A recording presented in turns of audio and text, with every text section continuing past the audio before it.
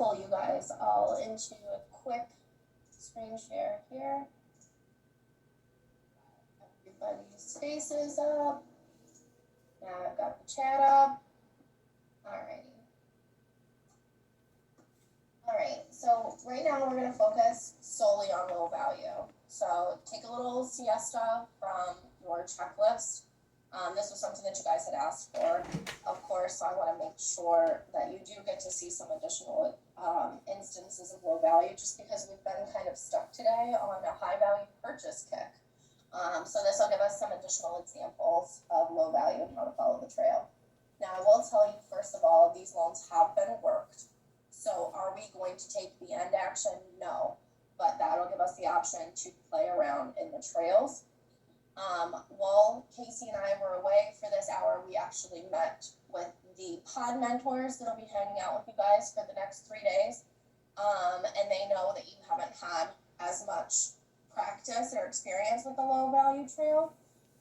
So as those experiences come, they'll be giving you guys some additional time in those loans. They also know that we haven't been able to isolate addendums or desktops yet.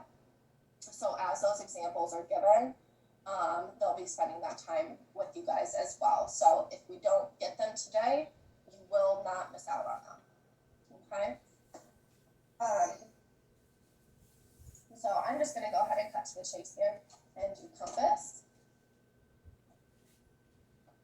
And then remember, you can use your checklist from Pathfinder to go ahead and select low appraised value from the bottom of the checklist, or you can just go to Compass and type in suspense and banker clarifications and do low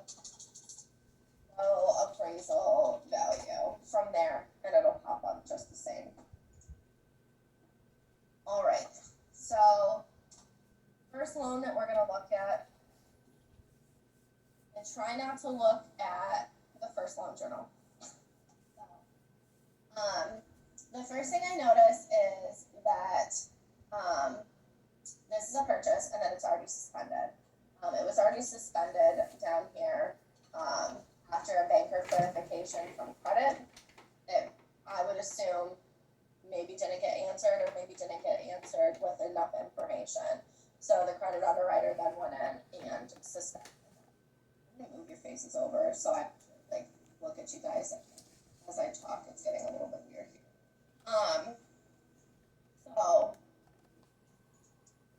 The loan was already suspended when I came to the collateral underwriter. This is the collateral underwriter right here. So let's open up our underwriting summary, and we're going to start comparing those values, right? So our value came in on a purchase 10K light. So I'm looking at the purchase price of $350,000 compared to the appraised value of $340,000. Okay. So while I'm going through this, I'm just going to leave this open for a minute. The first question that we're going to encounter on the low appraised value trade is this a QMS loan or TPO? Just some things haven't been updated yet. So the answer is no. Am I a banker? No. Is the loan currently in suspense? Yes. So it's automatically going to tell you to just insert that LMBRU, property issue may exist, because it's going to just be something that suspense solutions consultant is going to have to talk to the client about and resell them on. So we're going to play around with the trail like it wasn't already suspended. But as you can see, that's the action that the collateral underwriter took, was to say, property issue may exist. Well, so let's pretend for a second, right, that the loan wasn't already suspended. Okay, so again, it's a little bit redundant. It's going to ask me if I'm a different kind of banker. Still no. Have we received an email to suspend a loan? No. Are there loan journal notes indicating that the low appraised value has been resolved by the banker or solutions? So yesterday we looked at things from the point of view of pulling up Control J and looking at the loan journal, right? Something to keep in mind to know if any of those changes were impacted by that low value is, when did my appraisal come in the first place? and could someone have made a change since then? So today we'll focus a little bit more on that. So do Control J and pull up my loan journal notes. But while those are popping up, I'm going to show you what I mean by when did the appraisal come in. Okay? So if we go back to our tracking items, keep talking to you guys about that vendor order, right? So that vendor order is your star tracking item. This one happened to be a data collection. So that one is always going to have two orders. First, the data collection, and then the one that you're going to clear out is going to be the full data collection. Okay? So this is the one that we're concerned with. In a different loan, we're going to be concerned with the tenant, right?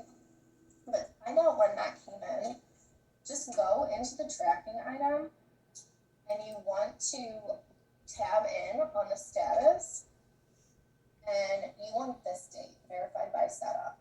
Okay, so outstandings when the order was placed by us, received by vendor is when it was received by the AMC, assigned to vendor is when an appraiser was actually assigned to complete the order, ordered after that appraiser is assigned, it flips to ordered status, so you can see that those are always going to come in right at the same time. Okay, received, that means that the AMC received it, not us. Okay, verified by setup, that's when it hits our system. So verified by setup is when it actually hits the collateral underwriting hot list. So that means that the appraisal becomes available to the client, the appraisal becomes available to the banker, the appraisal becomes available to the credit underwriter, because you'll also see credit underwriters suspend for low value too, because they're in there doing their work, they're in there rocketing the loan, and if they rocket the loan and that appraised value is so low that it causes your LTV to go beyond guidelines, they're going to take action too and address the low appraisal value the same way that we would.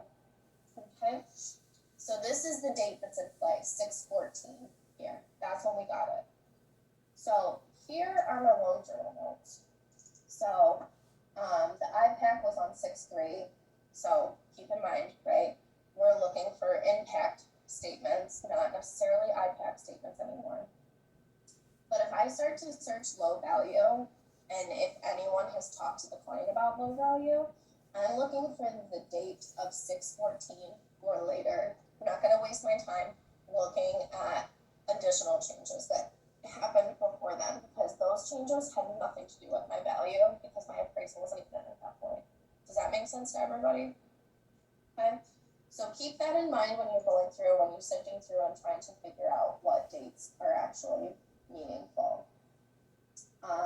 So you can see this redisclosure here. All these are in date order. These two are our collateral underwriter right here. So this is the only thing that could have been any kind of low value anything, right? So APR redisclosure and changes, see the history or control over specifics of what changed. So that's a redisclosure title job right there. Is that indicative that any low value has been resolved by a banker or a solutions consultant talking to the client? So answer is no.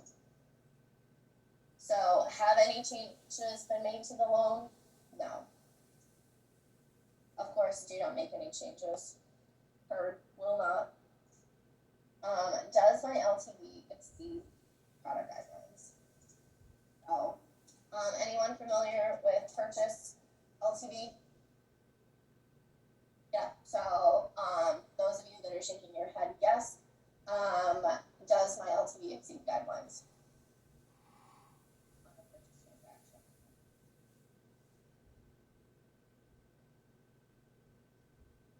Got some yeses here. How high up can we go? There you go. All right. So we're well below that 97. So I'm going to select no. Is this a refinance? No. Did the loan go from not having PMI to having PMI, or did the PMI increase? Okay, so we're going to start with Control O. And remember, it's going to tell us to go go to our most recently conditionally approved status. Hey, guess what? It's never been conditionally approved because it was suspended. So we're going to deviate from this just a little bit and look at folder received, and also look at the loan when it was suspended, because it was suspended for a credit reason, not a collateral reason. And you can see that the date that it was suspended was 6/8, which was prior to our appraisal being received.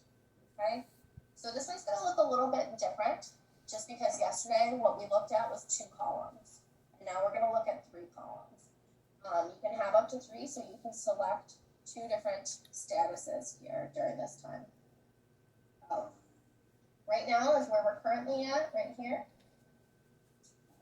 When the loan was suspended, this is what our information looked like.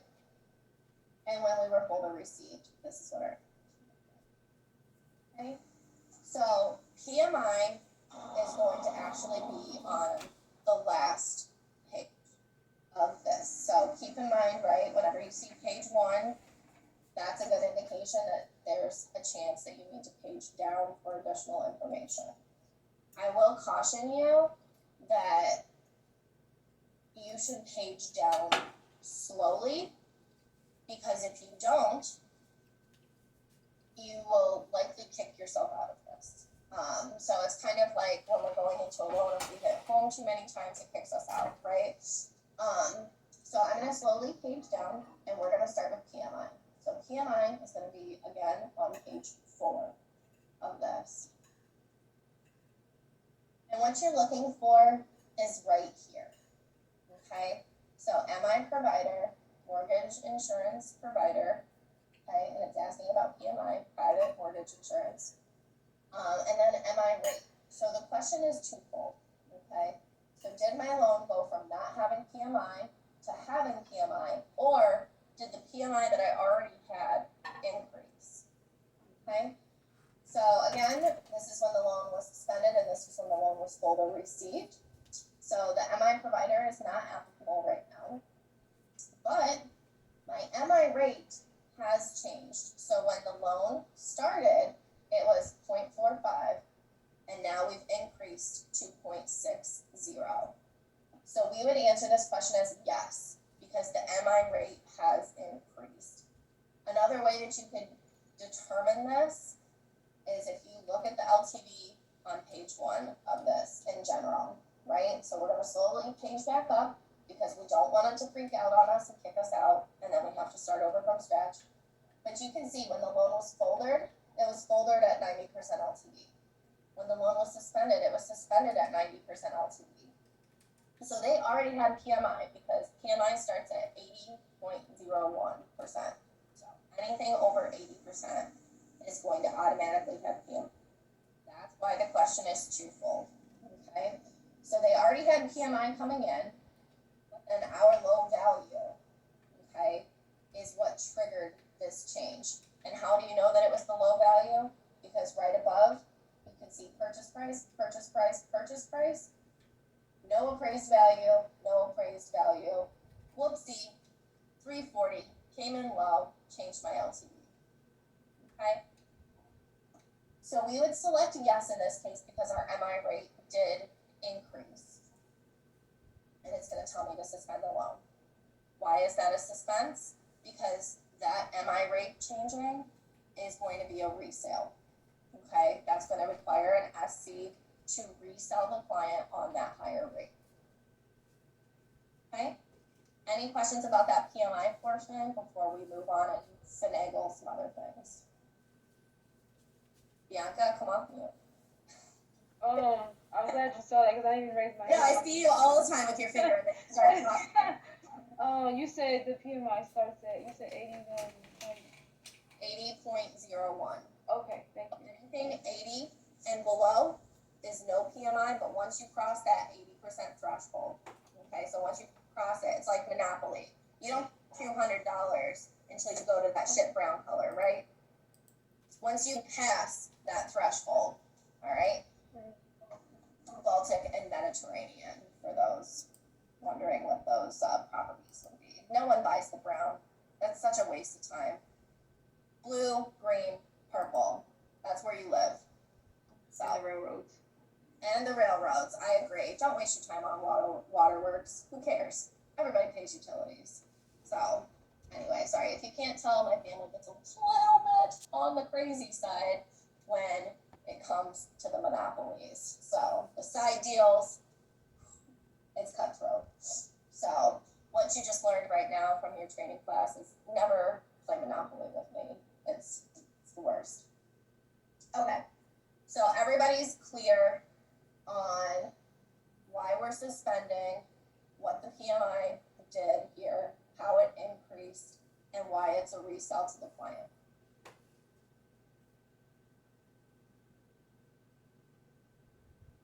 Okay, so you guys are picking up players. I do understand that attack is a little bit aggressive when it splits the cards out too. Yeah. Okay. So we want to talk about the rest of the screens here that matter, or that you're going to be pushed into going to. So what I'm going to do is pretend that I was where I was before.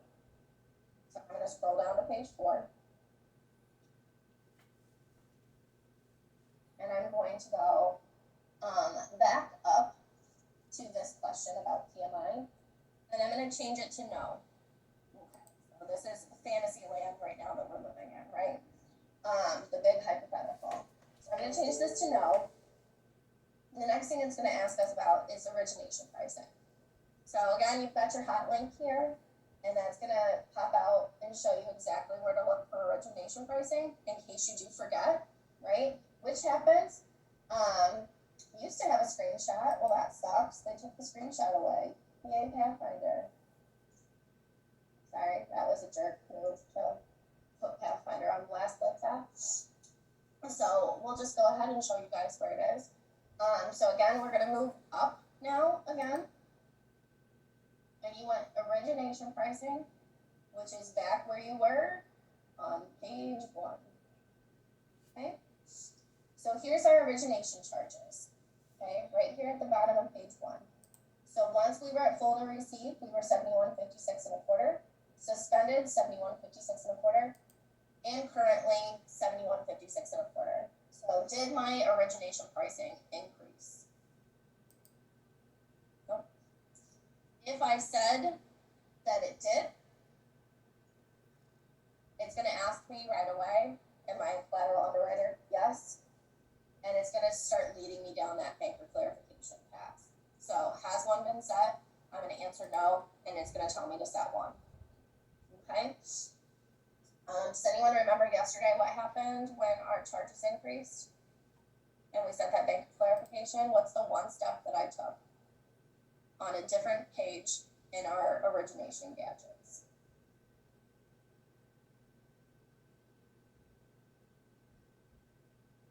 Yes, very good. So in the chat, there is a word track for it. No reinventing the wheel here. We already did that for you. Copy and paste is your friend here.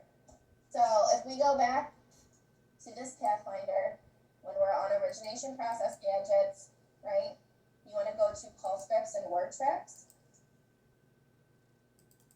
And then you want to select collateral underwriter, CUW, and conventional word tracks.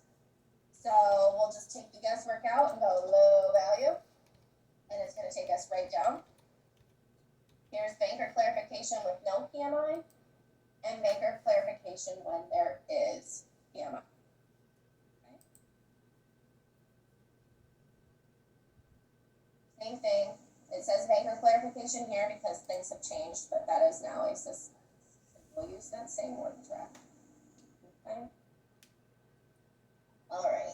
So let's head back to our handy dandy compass trail.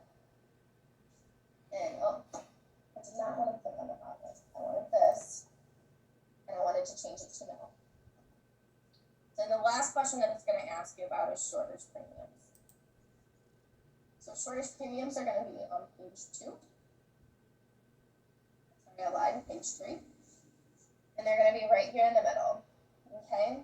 So the question is, did shortage premium pricing increase? So you're going to start on line 1. So just look for the word shortage and start on line 1.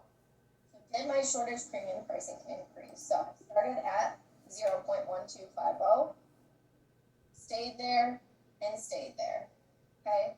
Then you can jump to the dollars. Those aren't gonna change either because these all stayed the same. So whichever one makes more sense for you to look at, does not matter to me as long as you know if there's an increase or not, okay? So we'll say yes, just for the sake of yes, and it's gonna ask us next, has the shortage been approved? So as you can see here, it says shortage APPROV. Does anyone understand or want to take a wild stab at what APPROV means? It's not a trick question. Yeah, exactly, approved. So it just cut off, the ED is gone. So, but that right there is a good indication that of course your shortage is approved.